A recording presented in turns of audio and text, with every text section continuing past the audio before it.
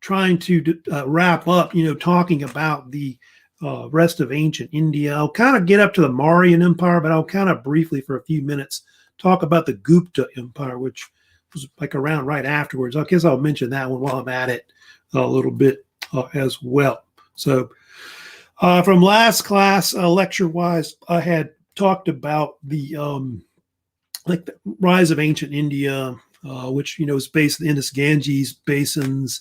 Then I went into and I talked about the geography of India. I talked about the Indus River Valley Civilization. I talked about the rise of the how the so-called Aryan peoples came into Indo-Aryans took over India. I think we talked about that, and then I think the last thing we did, I talked about the development of Hinduism, like in some of the theology of it, the basic theology, mostly to give you some background on that. Now, what we haven't talked about is the, I think it's the caste system is the next thing I was going to try to talk about a little bit today and get into that and discuss like what the caste system was and all that. And the caste system, I do have a little short video I'll show you on that too that I've got that can give you information on it as well on the caste system. And anyway, the caste system was like a type of social system or hierarchy that they think that the Aryans developed when they came into India roughly about 3,000-4,000 years ago. Basically, it divided people based on, I guess, what their lineage was, but also what their ethnicity was originally. Like, the Aryans and non-Aryans that were there in India overall. It also divided people based on their occupation as well. Social hierarchy, upper class versus lower class. And it's something that's in India still today, although I'll get to it a little later. It was, of course, later banned, if you know about this, in the mid-20th century as a whole. But they think the Aryans brought it in. There's different names they call it. It has multiple names, the caste system. Of course, the common name that you may have seen before is the, I'll blow this up here for you, but there's two variations of the translation of the word caste. The British, of course, use the term caste because what they meant by that was that the ones that were like the hierarchy at the top, like the upper class people in the caste system, they thought they were more pure. And then the ones on the bottom were more impure, basically. Like especially the untouchables or Dalits, which are, of course, on the bottom. Portuguese also, or Spanish, kind of also translated as being the word meaning lineage. I think it's also sometimes a translation as well, which lineage has to do with like who they're related back to, like descended from and so on. So people that are descended from the, I guess, the Aryan peoples that came in are oftentimes on the upper classes. And I think they say the ones that were lower classes were ones that were maybe not, like maybe related to the indigenous peoples that were already there when they came in. There's other names they call it too. You'll see that other name up there, which is Varna. Yeah, Varna, which that they usually translates as different things. Class, it can mean color, or also, I think, order is what it means. This has multiple translations under the word Varna. Just the Hindu Indian name they use a lot in India still today. And so they break people based on class, and even they break people down like into like occupation and so on, like their jati or something like that, which has to do with like their tribal clan origins and like what their occupations are and so on. In fact, a lot of the castes would break themselves down into like what their occupation is and like what their surname is. Like it's often kind of similar to that. Like Gandhi, you've heard of Mahatma Gandhi. He was very famous, of course, in India in the mid-20th century, one of their great political leaders that, helped India break away from the British Empire. And Gandhi is a name that supposedly originated back to meaning perfume seller. That was like their occupation, basically. And so And then Dobie, I think, means I see another surname there. Washerman, Srivastava, I guess it means how you say that.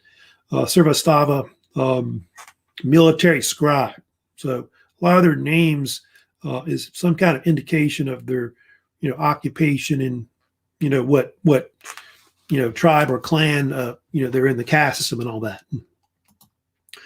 Yeah, those are the four castes you're looking at. Brahmins at the top, Kshatriya, the second one, Vaishya, and then Sudra, of course, number 4. Usually they're broken down into different like kind of like occupations or whatever that they have. Hey, good morning, Jillian, by the way, just came in. But usually the highest one, you see the Brahmin are usually like the priestly class, the ones that went back to, I guess, when Hinduism began. These are the ones that chanted the mantras and all that in the different Veda, and they're the ones I guess wrote down the writings and all that of Hinduism. So those are like the highest ones usually at the top. Then you have your Kshatriya, which is like your ruling classes. This would be like kings and princes and so on, maybe the military. And like the ones that are the highest of that order are usually your Raja or your Maharajas, which are like your kings and great kings or princes and so on. The word Raja means king or could be prince also as well. Vaishya is kind of like the your working class, almost like a middle class type people. That third one, which supposedly is the class that does a lot of the work. Like they're the ones that do a lot of the farming, the merchants, things like that. Artisans would be in that also class as well. The Sudra would be like servants, people that are like peasant types, usually unskilled type workers, things like that. Then you got that fifth one on the bottom you see, which is the so-called Dalit, which are called different names.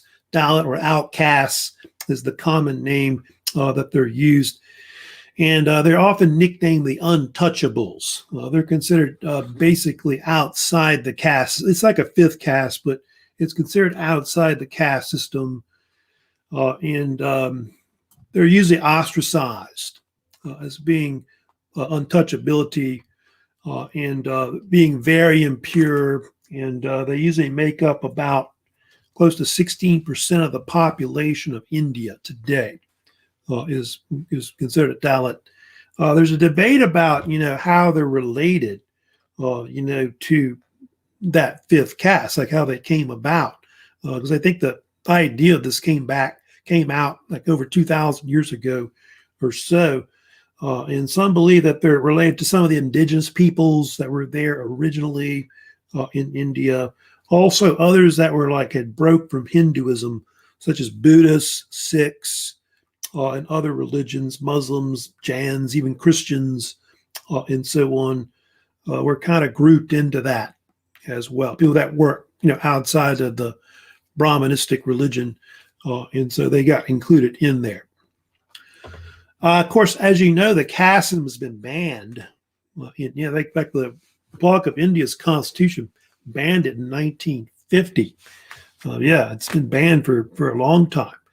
For 70 years or whatever, but it's still around. It's still practiced a lot throughout India. I think it's more prevalent in the rural areas, but you can see also it's something that prevents intermarriage between different castes or social strata. And I think it said only 2011 census, only 5.8% of all marriages in India were intercastes. And so on. It's interesting about that. So, it's something that's still around today and been pretty prevalent that they're still trying to get rid of, and so on. And there's kind of an image you can see more right here if you want to look at it, which is right here, but just showing the different ones that are kind of included usually in it. And usually the Dalits have the horrible jobs where they clean the streets and the sewages and deal with the dead and stuff like that. And they're discriminated against and practically segregated from the other four castes and so on. All right, let me go ahead and move on. I need to also talk about as well. And I had a short video I can show you real quick about it, about the caste system. I'll show it real quick for you. Caste represents one of the more ancient, if you will, forms of division, dating more than 3,000 years in what we now know as the subcontinent, India, Pakistan, Sri Lanka to some degree, and Nepal, as a way of determining who did what. You have four main castes. You have the priestly caste, you have a warrior caste, you have a business caste, and then you have a peasant caste. Beneath that is another caste, outcasts, called the Dalits, untouchables. They are the people who clean sewers. They clean the garbage. They basically clean up after other people. They're considered impure. When I first heard the term untouchable, I was amazed, even in the context of America's racial history, in its racist dynamics, to hear people referred to as untouchable.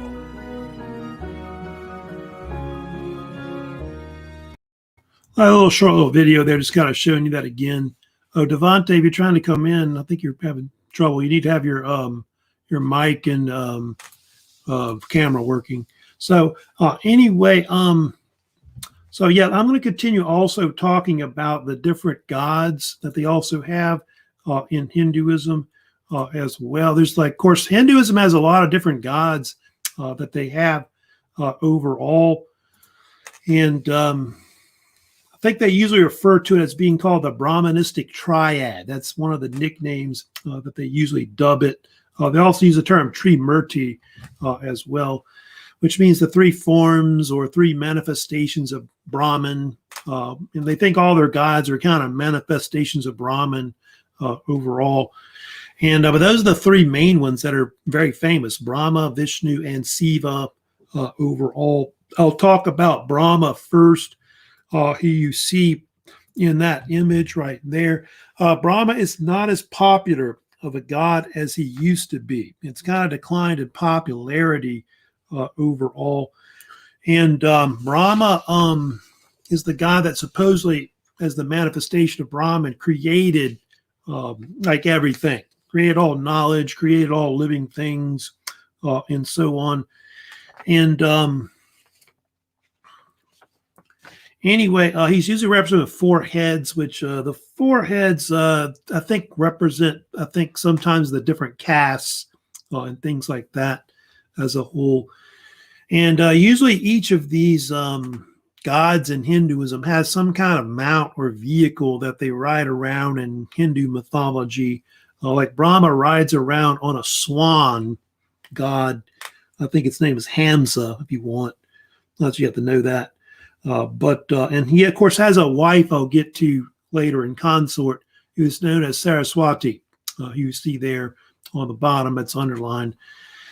And so he's considered one of the three big, gods in Hinduism that's real famous overall. And a long time ago in ancient times, he was real big as a god, but he's declined in popularity overall.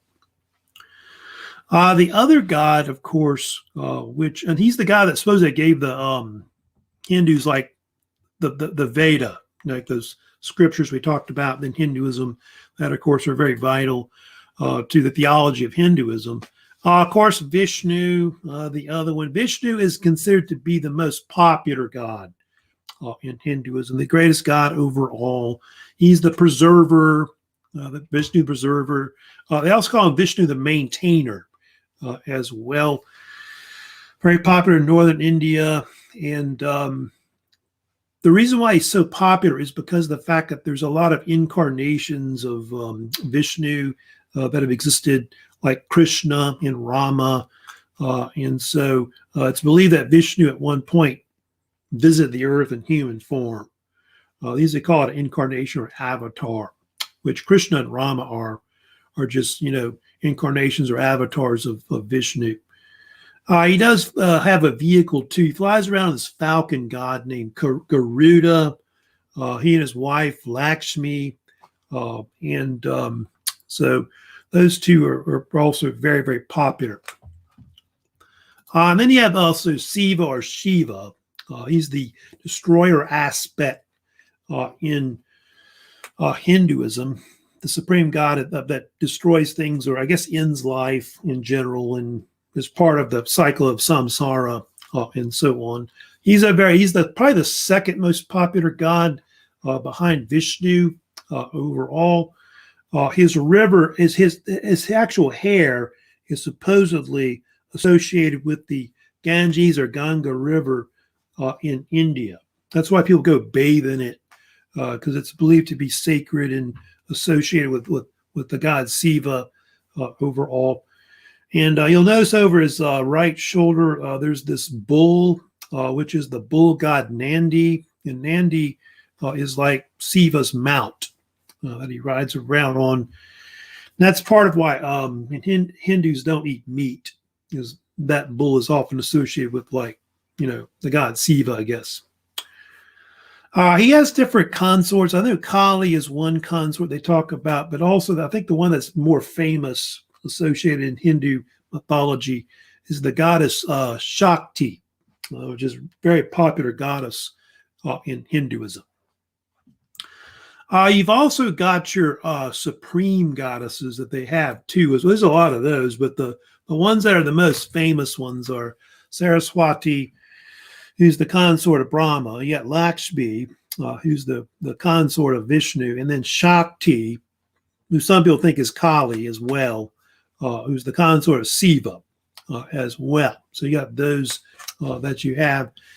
And Saraswati is the goddess associated with different things, usually knowledge, like it's kind of like it was similar to what Brahma is. Brahma is also a god of knowledge as well, like all knowledge in general. And knowledge can be anything. It can be anything from science, math, art, music, whatever kind of knowledge there is, philosophy, history.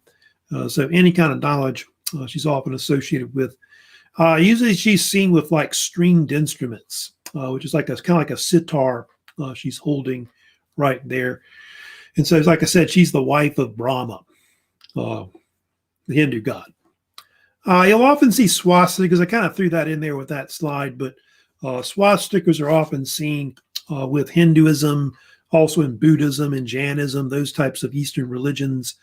And the swastika is a type of ancient Indian symbol that is actually a symbol of good, originally like peace, harmony, luck, good fortune, things like that. And later the Nazis took it and kind of perverted it into their own symbol. Although the Nazi symbol is usually a little different than the Hindu version of it.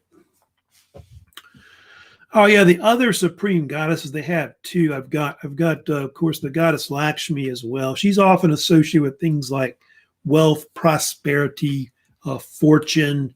That's usually her with 4 arms. Usually she's associated with the lotus plant, flower, which is often seen in the Ganges River, Ganga River in India. And she is, of course, the wife or consort of Lord Vishnu, God Vishnu in Hinduism. She does have this brother they always talk about, who's very popular. They mentioned it in that first video, of course, of National Geographic, which is Ganesh or Ganesha, as they call it either one. It's a famous Hindu god in their religion, who's associated with elephants, so-called elephant god. And he's important because he's seen as the god of like pachyderms, like moving stuff around. Because in ancient India, maybe still today, elephants were very important as pachyderms, like moving things around. Also used in warfare as well, it's almost like cavalry in battle. It's also a god of like fortune, luck, wisdom, patron of the arts, writing, poetry, things like that as well. So Ganesh is probably the 3rd most popular god behind, I'd say, Vishnu and Shiva overall. And they had one more, which I think, well, I've got the one I've got here, which is, let me bring it up here, but um, I've got, yeah, the Kali. I've got Kali, image of Kali, but the one that's more famous is the goddess Shakti, who's the so-called consort or wife of the god Shiva. She's often associated with different things, obviously power and destruction, energy, like energy also as well, supposedly time and change, things like that. And I know Kali was a popular god for a long time, but Shakti's become more popular. I think Shakti is the most popular Hindu supreme goddess overall. I think a lot of images she's got like four. Hey Chris, she's got 4 arms instead of 8, which Kali has 8 arms for some reason. There's a lot of weird stories about Kali. I don't know if you heard about it in the late 19th century, but they had this famous Indian cult that was called the Thuggy cult. I don't know if you've heard about it, but they were kind of obsessed with the goddess Kali, and they were like a robber cult. They would go around and kill people and rob them, strangle them in the name of the goddess Kali. It's kind of weird. But I think the British broke it up like a long time ago. And if you ever watched that movie called the Indiana Jones and the Temple of Doom, they talk about the Thuggy cult and the worshiping Kali and all that, which is kind of a strange thing.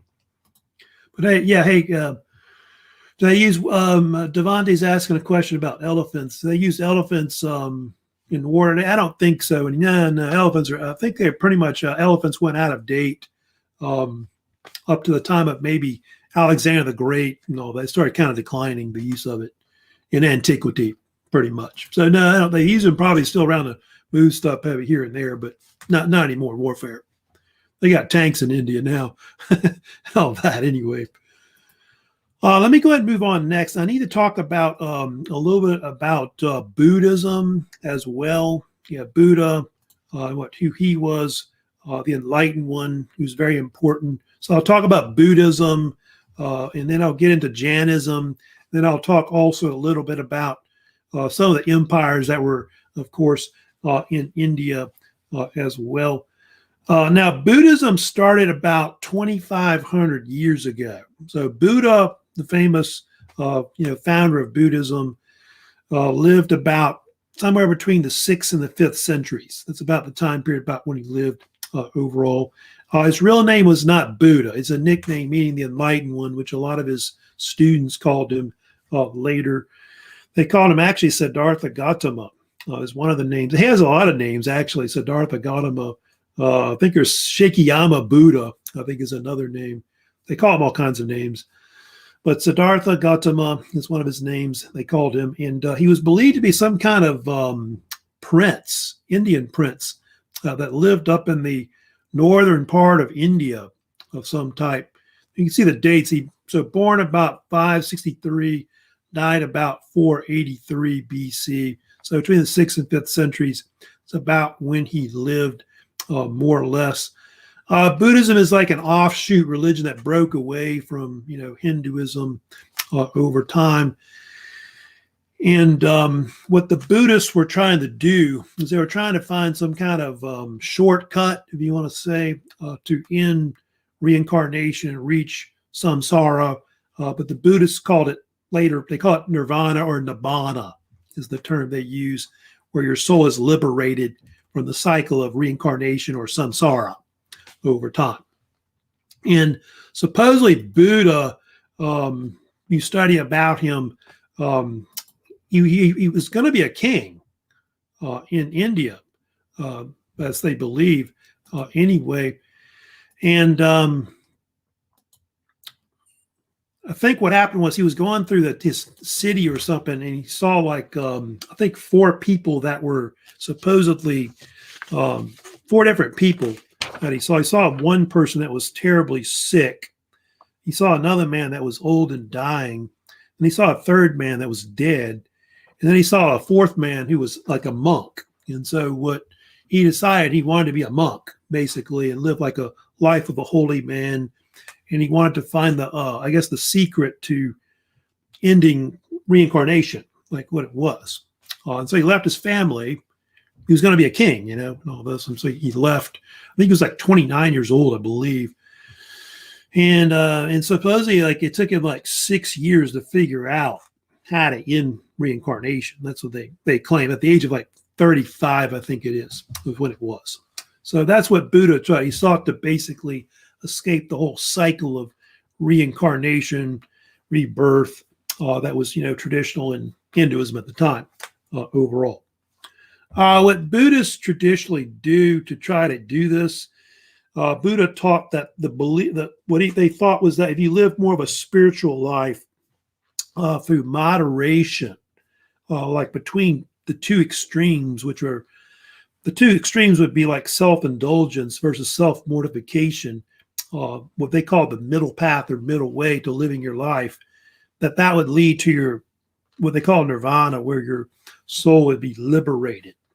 And I'll get to it later, but the middle path or middle way is often called the so-called fourth noble truth, the so-called four noble truths, which he, of course, taught.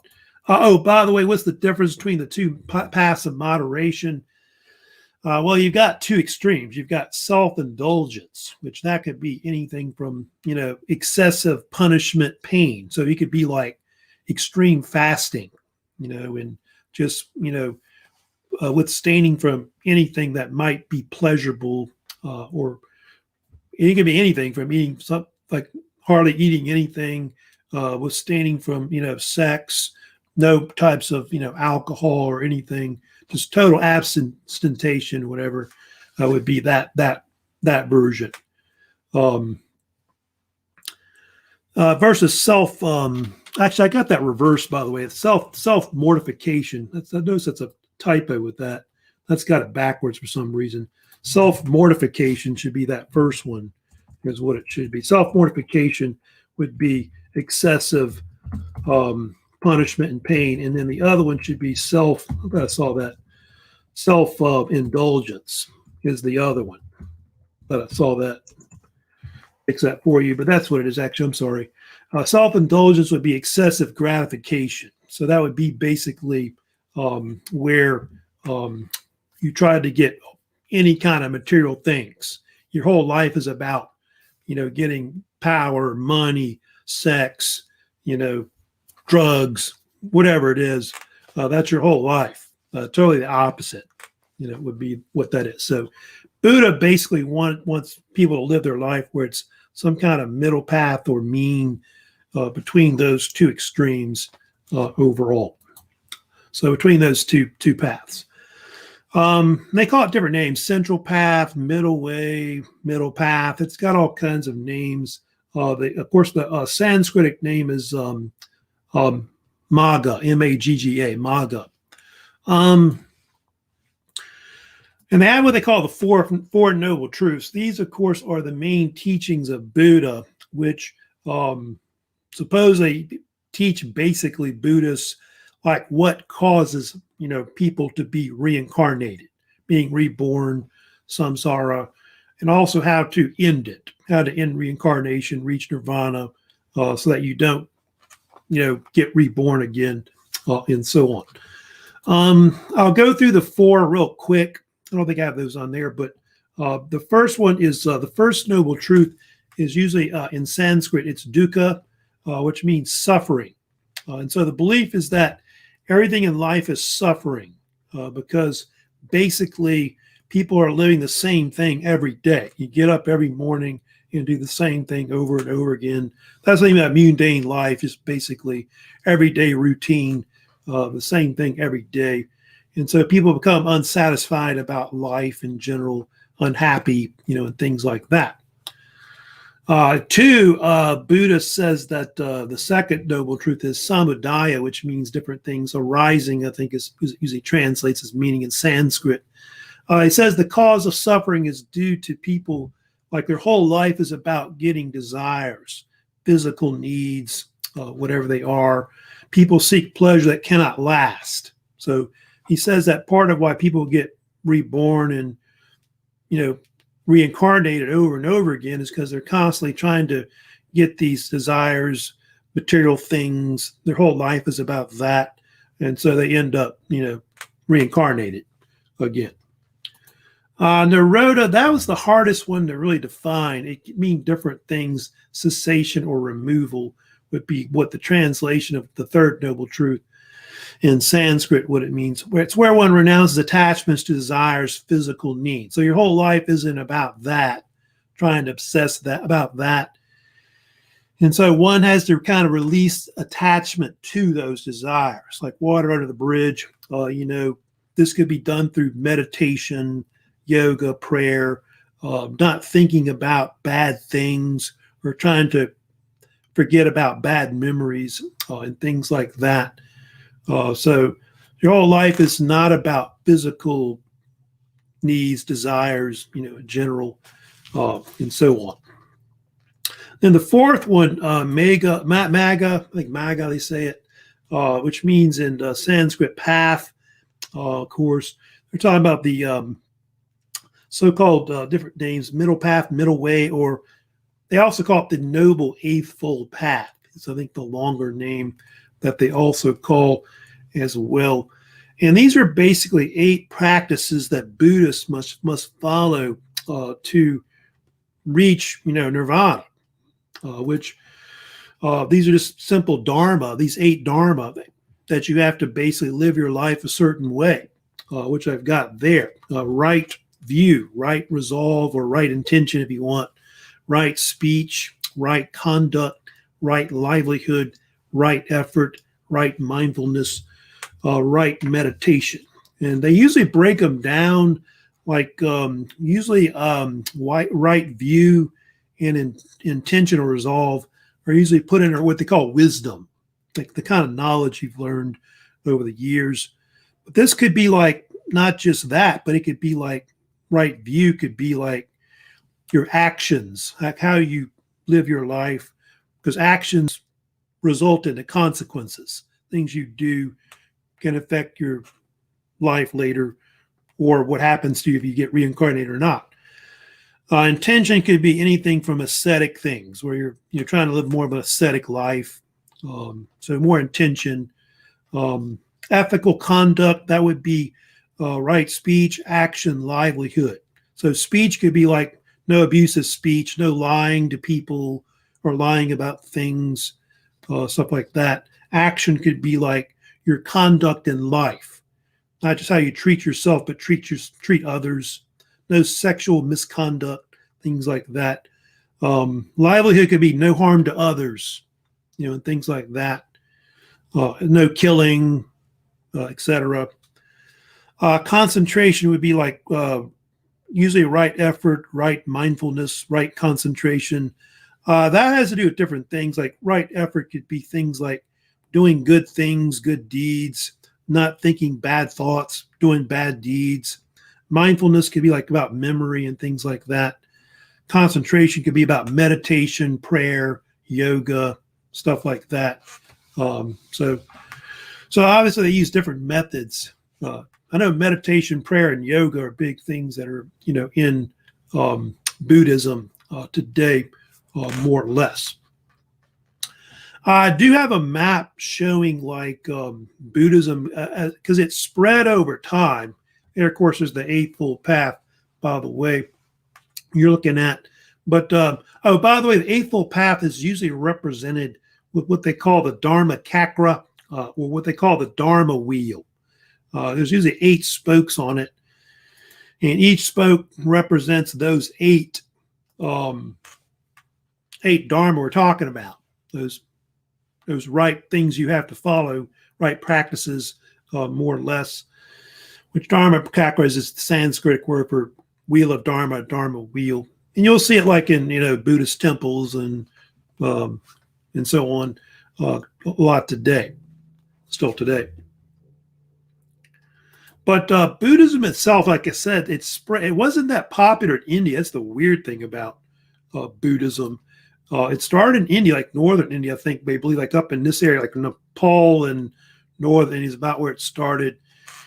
Then it spread into Tibet, went into Mongolia, China, Korea, Japan, Southeast Asia, Burma, Thailand, Laos, Cambodia, Vietnam, also Sri Lanka, of course, down here on the bottom of India. And you can see that there's three different schools of thought with Hinduism. I think there's actually a fourth one, but those are the three main ones they have, which are Vajrayana Buddhism, which is often called sometimes Tibetan Buddhism.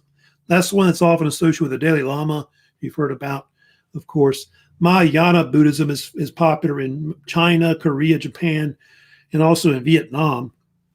And then Theravada Buddhism is popular in Southeast Asia. You can see from Burma to Cambodia area, and also Sri Lanka as well. So those are all the four, actually three of the four. There's actually a fourth one, I believe, they have as well. But those are the ones that are the main schools of thought, of course, with Buddhism. I'll put it on the screen for you if you want. Also, Theravada is also called sometimes Southern Buddhism. Then Mahayana is sometimes called Eastern Buddhism. So they have different names for them that they call them also as well. But Buddhism is practiced all over the world. It's one of those religions that kind of spread all over the place, not just in Asia, but it's in like the Pacific, like Hawaii. You go to Hawaii. I don't know if you've been there, Hawaii, but they've got Buddhists there throughout the Pacific. America, there's a lot of people that are Buddhists. Worldwide, about 500 million people practice it overall. China's got the largest population, not just because of China, but because of Tibet. I think it's still got a lot of Buddhists there, as you know. But yeah, Buddhism is like this type of philosophy and religion that is practiced by people all over the place. You always see these famous actors and so on that kind of are Buddhists and so on. I've known a lot of people that are Buddhists as well that have taken up the religion. So it's not something you have to be born into. You can, become part of it if you want to. Let me go ahead and move on to talk about also. They have what they call Jainism. I need to get into it for a few minutes and talk about. I usually sometimes skip it, but I'll go ahead and talk about it a little bit today about what of course, I'll get to the Mauryan Empire a little later after I talk about Jainism. But Jainism is another type of Eastern religion in India that started out as well. And it was founded by this philosopher named Mahavira, who also they call him Vardhamana. You see right there on that picture on the right. And he was about the same contemporaneous to, they think, Buddha. They think they're around the same time, like close to about 500 BC is when he lived. I'm not sure if he was a prince. Maybe he was, possibly. And but his religion has different names. They call it either Jana Dharma or Jana Dharma as well. And then Jainism is the other common name that they also call it as well. And it's like I say, it's very similar to Buddhism, very similar. They're trying to do the same thing as the Buddhists. They're trying to find some kind of shortcut, I guess, to end samsara, the cycle of, rebirth and reincarnation and all that. Except the only thing about the Jains is that they favored more self-mortification. Is what they tended to do. They tend to more extreme asceticism version that I talked about. Instead of self-indulgence, they go the other way. And the term Jain came about because the Jainists, they wanted to try to conquer their actual desires, material, physical needs, and so on. They believed they could try to get rid of that as much as possible, that would lead to nirvana and that their soul would be liberated and so on. So they do tend to favor more extreme asceticism, basically, which, they do that in, Buddhism too, but it's more extreme is the version that they went more to. Now, I'll give you examples on the screen for, things that they tend to try to do. They use like a lot of fasting, like sometimes extreme fasting, where they sit around and just don't eat anything. They totally just starve themselves almost to death. There are actually some cases where people did this. They believe they starve themselves to death, that would lead to nirvana. believe it or not, owning very little things, like not very little possessions, not owning anything, no money, like or anything like that, not wearing any clothing. Like you see them there is practically naked. They wear a loincloth or something like that. Vegetarianism, they don't eat anything. They don't want to kill anything because they think if they kill somebody, that's a bad thing, or kill an animal, it's a bad thing. So totally non-violent, obviously. Don't believe in war and killing people. Extreme prayer, extreme meditation. They live the life of a monk, basically. It's pretty much their whole life. So they think all this is going to, lead to nirvana if they do that version of extreme asceticism, pretty much. Yeah, not many people practice. I don't know if 5 to 6 million is about right, but not that many people practice it. They practice, I think, around India still today. It's weird, but it's actually becoming popular in Japan for some reason. Not sure the deal with that. But maybe 4, 5, 6 million people might practice it still today throughout the world. But it's obviously not very popular compared to Buddhism, which, took off pretty good. All right, let me go ahead and move on. I want to also talk about the Maurya or Mauryan Empire, which came in. You see Ashoka, of course, the Great there you're looking at on the right. Of course, this was a famous empire that developed in India about 2,300 something years ago. Was how far back it went to. It's pronounced either way, Maurya or Mauryan. You'll see it either way, which is fine. And this was a type of Indian empire. In fact, it was the largest Indian empire that ever existed throughout the subcontinent of India, which was during the Iron Age, and existed sometime, you see, between about the 4th century down to the 2nd century BC. So not quite 200 years. It was like 100-something years that it was actually around as a whole. And they do think that this state itself was believed to have evolved from influences from Alexander the Great. He was actually an influence on it, believe it or not. I mean, we'll get to Alexander the Great later when I get to the Greeks.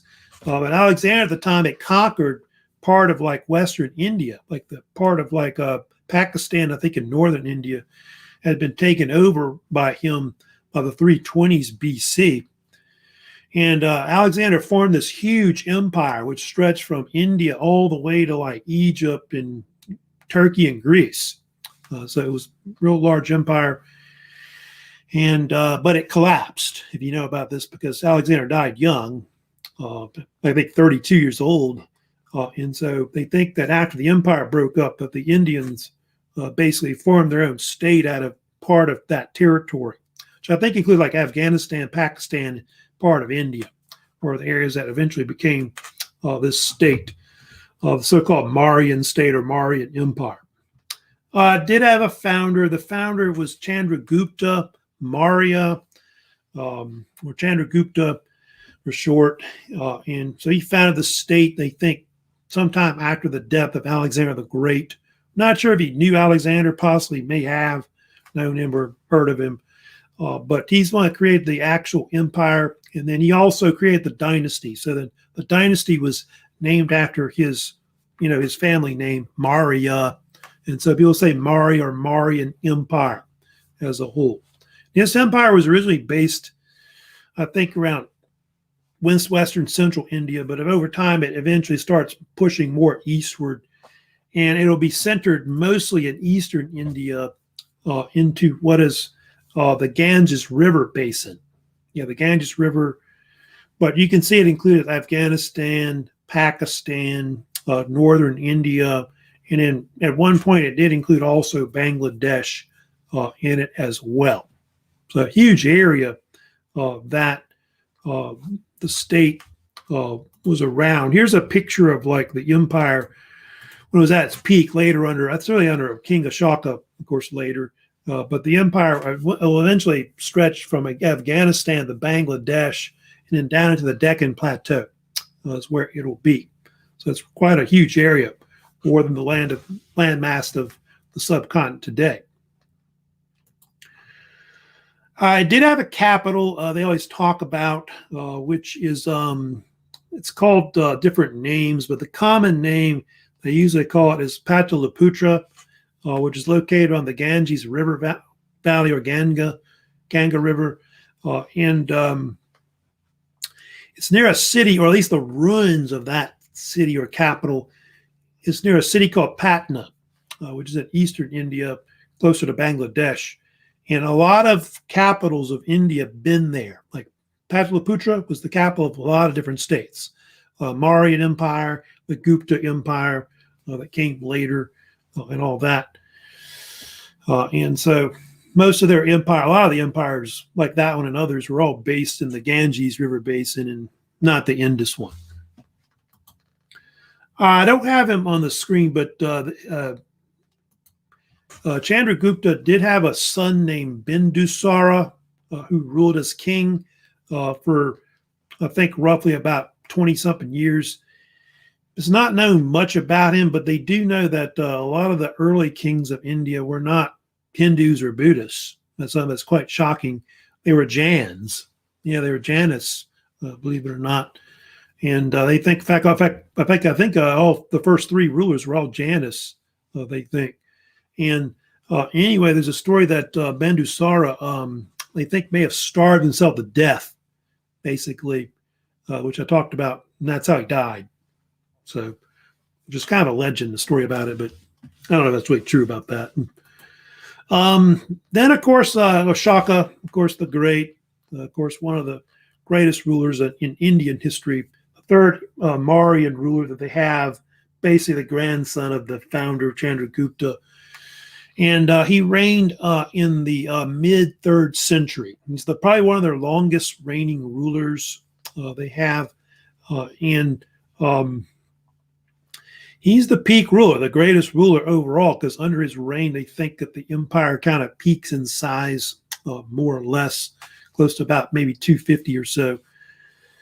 And he's famous for kind of extending the empire. If you go back to that map under him, the empire stretched into like southern and eastern India. Like I think under him and his father Bindusara, they pretty much extended the empire down to like the Bay of Bengal, like over here, the east of India. In fact, they conquered an area which is called, I believe it's called Kalinga, Kalinga, which is on the Bay of Bengal, which was actually some kind of separate Indian state that was there. And supposedly they were notorious for massacring that state. They killed like something like, what was it, 100,000 people they killed or more when they conquered it. And he was so remorseful about that, all the people they killed, whatever, that he decided to convert to Buddhism. So that's one of the things that Ashoka is known for. He converted to Buddhism. It's like the first Buddhist ruler of India that you hear about. And he went on to become, of course, a great patron to Buddhism. Built like shrines and temples to honor Buddha and his message. And they think also he's important, Ashoka, in trying to spread Buddhism, because Buddhism was pretty much at that point just in India overall. They think under him, what happened after that was that Buddhism then began to spread like into other parts of Asia, like going into, China, Mongolia, Southeast Asia. I think there's a theory they try to spread it westward, which if you go, I thought there was a map showing how it kind of spread to the west. If they show it here, but it somehow ends up in Europe. Sometimes they see that red, orange area over here, like part of like around the Caspian Sea, which is right here. But it did spread westward, but it just never took off for some reason. So, but the Mauryans broke up. That their empire didn't last that long. It was 100 and something years, and then they think it broke up due to like civil war. And what happened was India broke up into these separate small Indian states, which were ruled by these kings, which are called a Raja. I guess Ashoka was like kind of like a Maharaja, like a great king, which is kind of what it means. And so, yeah, there was one more empire I did want to mention about, which kind of add in, because I need to talk about that briefly, which is the Guptas. Yeah, they did have the Gupta Empire, which of course came in last. That empire was not around very long. It was actually a later empire, which emerged around the 4th century CE. So it's like more later into antiquity, like during the later part, like at the end of the Iron Age is about when the Guptas are around. And the Guptas is often called the so-called Golden Age of India. It's when India peaked in ancient times, and also it was the Golden Age of Hinduism when it was at its glorious overall. And the term Gupta, or the name itself, which is a popular surname, in India today, was gotten from a famous king of theirs named Sir Gupta, hence the name. Who I guess founded, the early part of the state, or would be named after him. And it had a bunch of notable rulers that were very famous, which I've got a list of, which right here. Here's another map showing you the size of the empire, which started out really in the Ganges River Valley, from the Bay of Bengal area in what is Bangladesh. You can see Pataliputra, which is right here, which is like their capital. This area is also called Magadha, which is up in here. But it went westward toward like the Arabian Sea. So that's the bulk of where most of their empire was at that point. These are some of their rulers. Chandragupta, often called sometimes Chandragupta I, was one of their first famous rulers that came after his father died, Sir Gupta. And he reigned, I think they seem to think he was one of the greatest rulers that they had. I think the longest reigning, I think it was overall. And he's the one that extended the empire. Pretty much they start pushing into the area of Bangladesh. He and his son Samudragupta overall. And Samudragupta was called the Poet King because he was he was big into writing poetry. And one thing about the Gupta Empire, they were known for a lot of cultural influences throughout India, like in writing and so on, and poetry. And then there's a Chandragupta too, the second that they have as well, who rules later. He pushes the empire more west toward the Indus River. I think they may have also, their empire may have included like the Indus River Valley at one point as well, but it's a really short-lived empire. They're not around very long overall. I think they have some rulers that go up to like the 6th century CE, but the empire later collapses due to being invaded. One thing about India, it starts to get invaded by different peoples. They get invaded by the Huns. I don't know if you know that about this, who came out of Asia. The Huns, you've probably heard of, and who also attack also Europe, like the Roman Empire and all that. But the Gupta Empire was very important because of trade.